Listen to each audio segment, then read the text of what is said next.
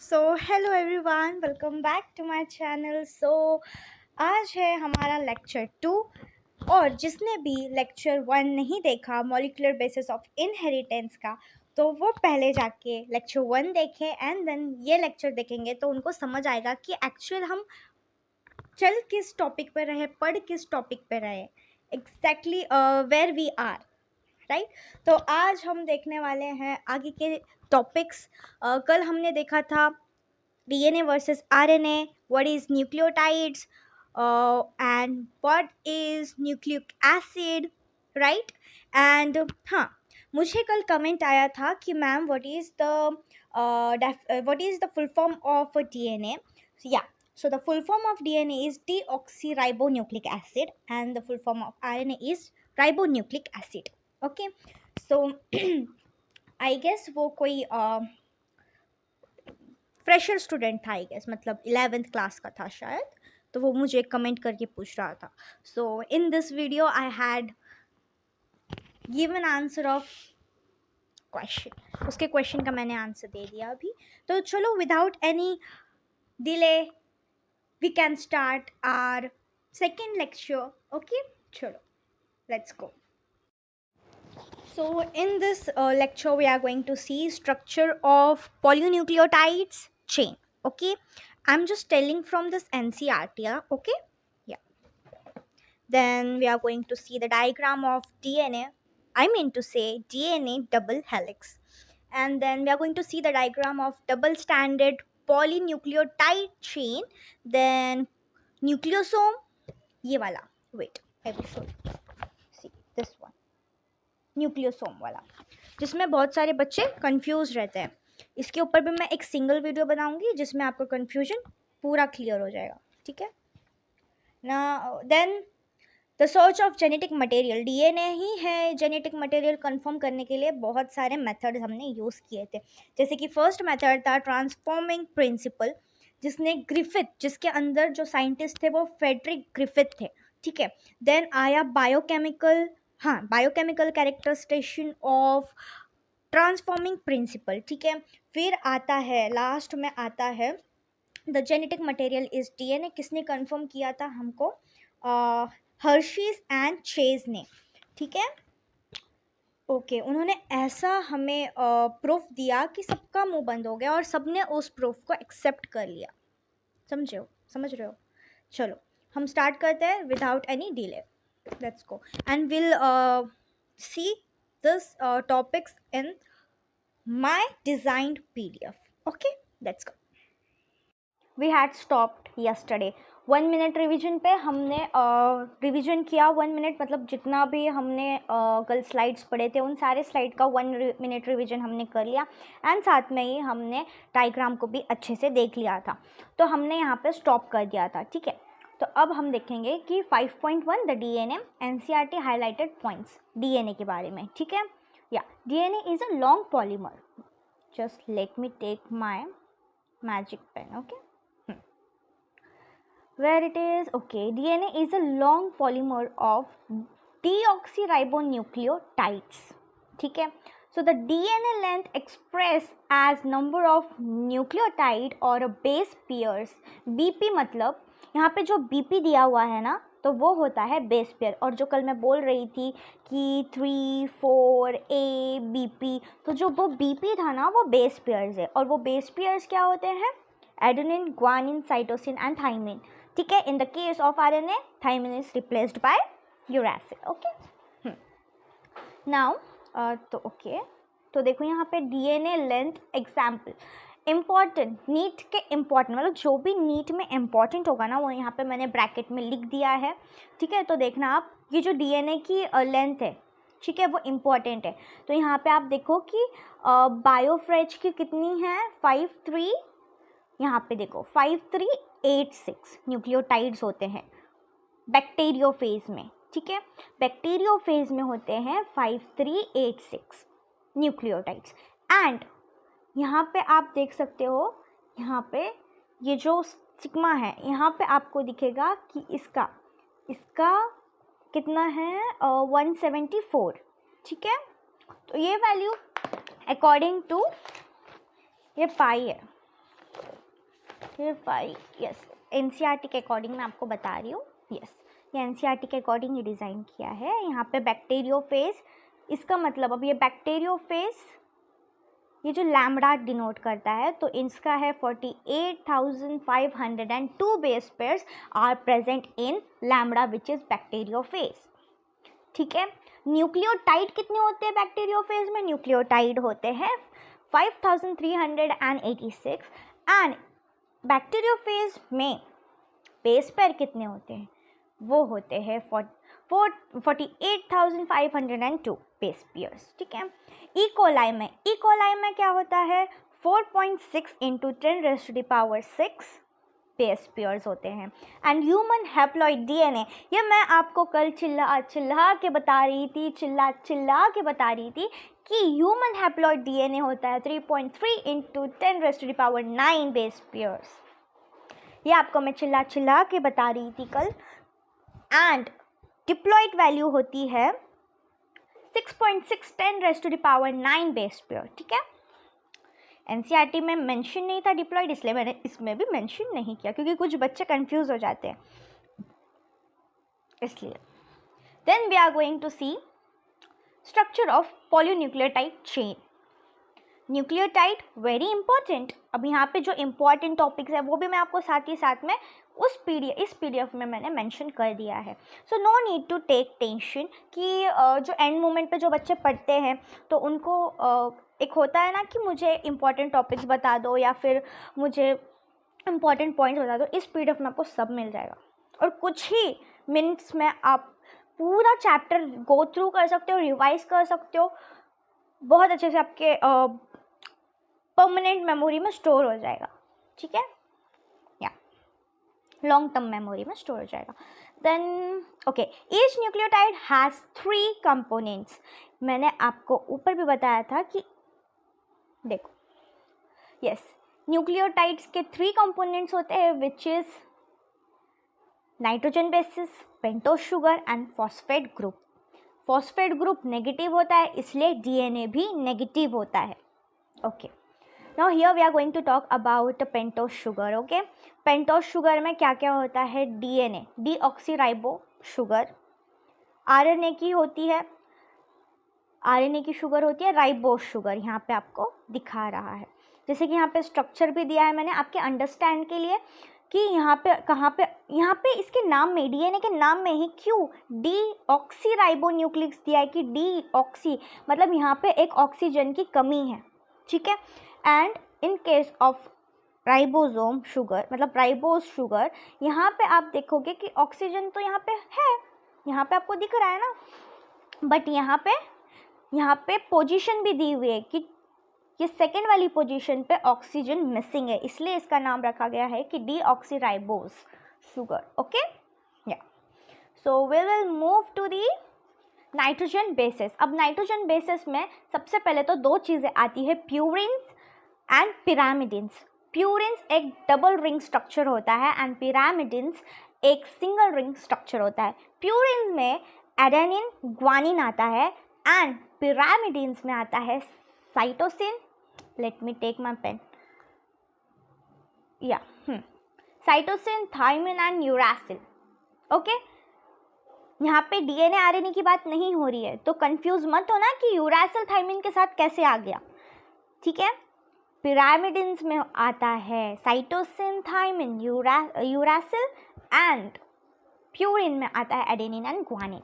ठीक है, या अब यहाँ पे मैं पहले जूम कर लेती हूँ, मैंने आपको यहाँ पे स्ट्रक्चर भी प्रोवाइड किया है, एडेनिन, ग्वानिन, साइटोसिन, या adenine, guanine, cytosine, uracil and thymine. यहाँ पे मैंने स्ट्रक्चर भी दिया है आपके अंडरस्टैंडिंग के लिए। अगर जिसको स्ट्रक्चर नहीं आता है या फिर स्ट्रक्चर के रिलेटेड कोई क्वेश्चन है और जो वो सॉल्व नहीं कर पा रहे तो एक बार ये वाला डायग्राम देख लेंगे, देन डेफिनेटली उनको क्रिस्टल क्लियर हो जाएगा। ठीक है, we'll move to the next. So in next slide we are going to see NCERT highlighted lines. Cytosine is common to both DNA and RNA. अब साइटोसिन कॉमन है DNA में भी और आरएनए में भी। ठीक है, and thymine is present only in DNA uracil replace the thymine in RNA. ये मैं कल आपको फर्स्ट लेक्चर में चिल्ला चिल्ला के बता रही थी कि thymine is replaced by uracil in case of RNA. ठीक है, यहाँ पे आपको प्रूफ हो गया? या हो गया। तो अब आप देख सकते हो, एक और बात मैं आपको बता देती हूँ, क्योंकि कुछ बच्चों को बहुत ज़्यादा कन्फ्यूजन होती है, तो मैं नहीं चाहती कि कोई भी बच्चा कन्फ्यूज रहे।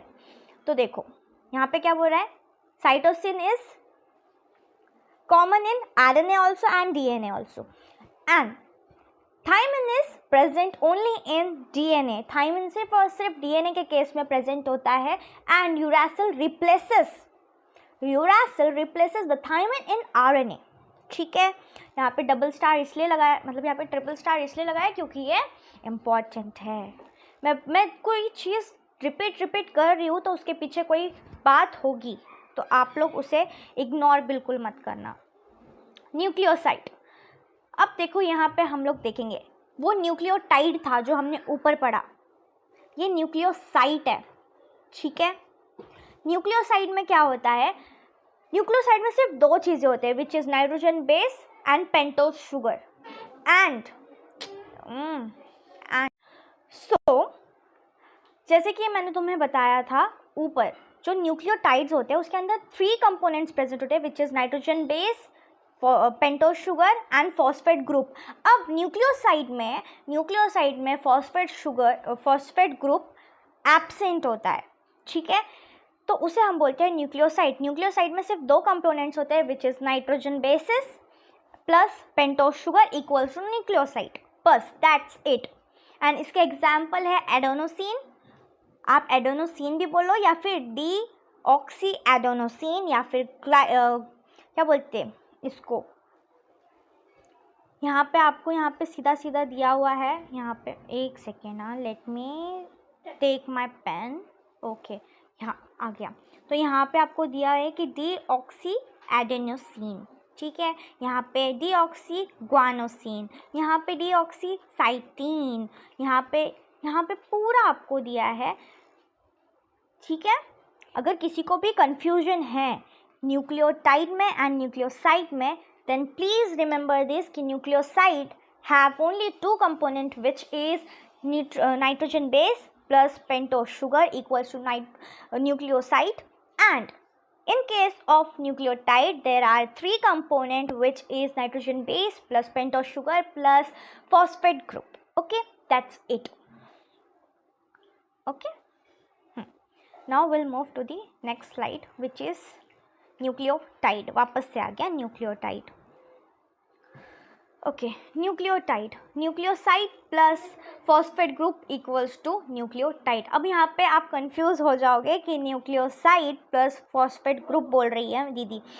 देखो न्यूक्लियोसाइड में क्या प्रेजेंट है, nitrogen base plus pentose sugar, and nucleotide बनने के लिए हमें किसकी ज़रूरत होती है, फॉस्फेट ग्रुप की। तो सीधा सीधा आप यहाँ पे लिख दोगे न्यूक्लियोसाइड प्लस फॉस्फेट ग्रुप। अब न्यूक्लियोसाइड में तो आ गया nitrogen base plus pentose sugar nucleoside में है, बस हमें ऐड करना था फॉस्फेट ग्रुप, जो कि हमने ऐड कर दिया, जिसकी वजह से बन गया nucleotide.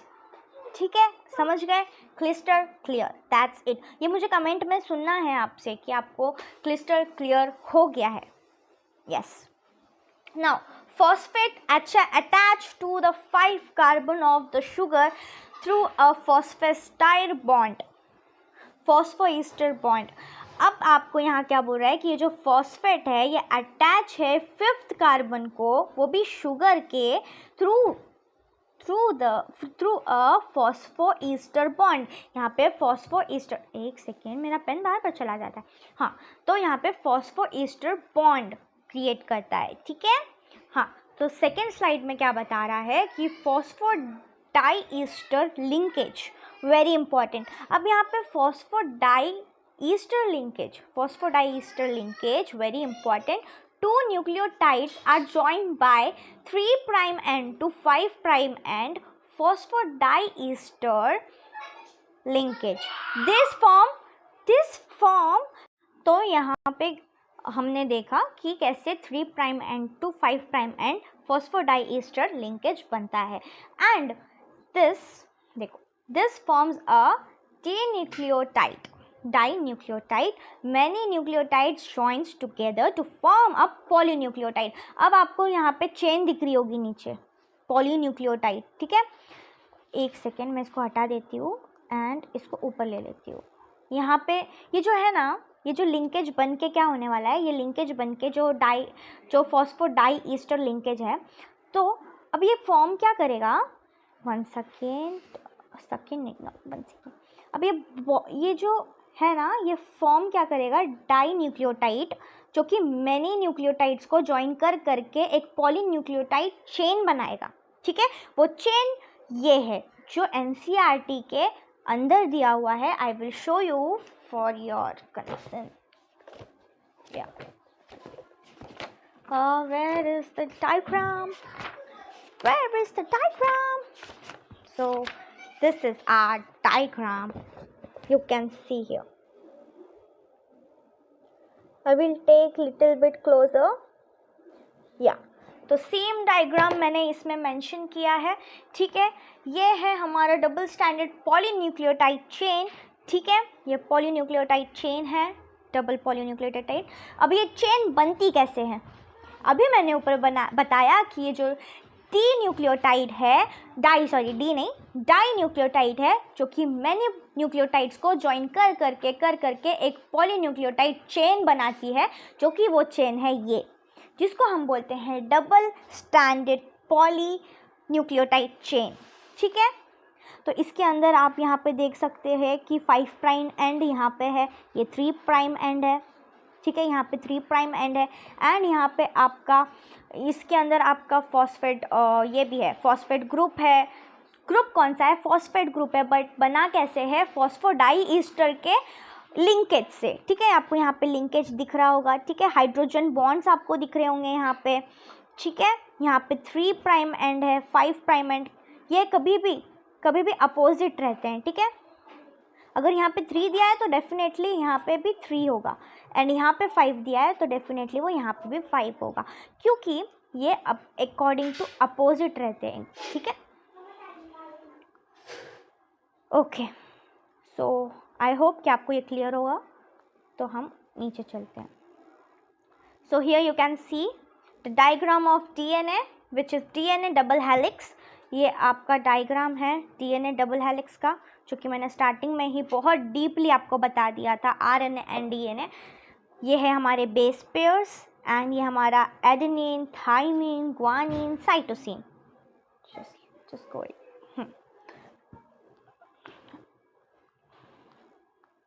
Then here you can see sugar phosphate backbone. Sugar की बैकबोन होती है, शुगर फॉस्फेट बैकबोन होती है, जो कि नेगेटिवली चार्ज होती है, क्योंकि फॉस्फेट नेगेटिव होता है, फॉस्फेट के ऊपर नेगेटिव चार्ज होता है. ठीक है, तो यहाँ पे एडेनिन, थाइमिन, ग्वानिन, साइटोसिन, ये DNA का स्ट्रक्चर है. जस्ट लेट मी ये जो हमारा पूरा एक PDF था वो ख़त्म हो चुका है. जैसे कि आप देख सकते हो हमने सब कवर कर लिया. मैं आपको पूरा PDF एक बार बता रही हूँ, और ये PDF अवेलेबल है टेलीग्राम पे. जिसने भी नहीं देखा फर्स्ट लेक्चर, वो प्लीज़ जाके फर्स्ट लेक्चर देखें. एंड हम थर्ड लेक्चर में देखने वाले होंगे पैकेजिंग ऑफ DNA हेलिक्स. ठीक है, फिर हम लोग देखेंगे सेंट्रल डोकोमा. सेंट्रल डोकोमा के ऊपर मैंने एक सेपरेट वीडियो बनाया है, जिसके अंदर आपको क्रिस्टल क्लियर हो जाएगा. So no need to take tension about it. Okay, तब तक के लिए stay tune, bye bye, take care, and if you like my video then comment crystal clear and let me know कि you like my video or not by commenting. ठीक है, and stay tuned for lecture 3, and lecture 3 will be more interesting, so stay tuned. Bye bye guys, see you soon.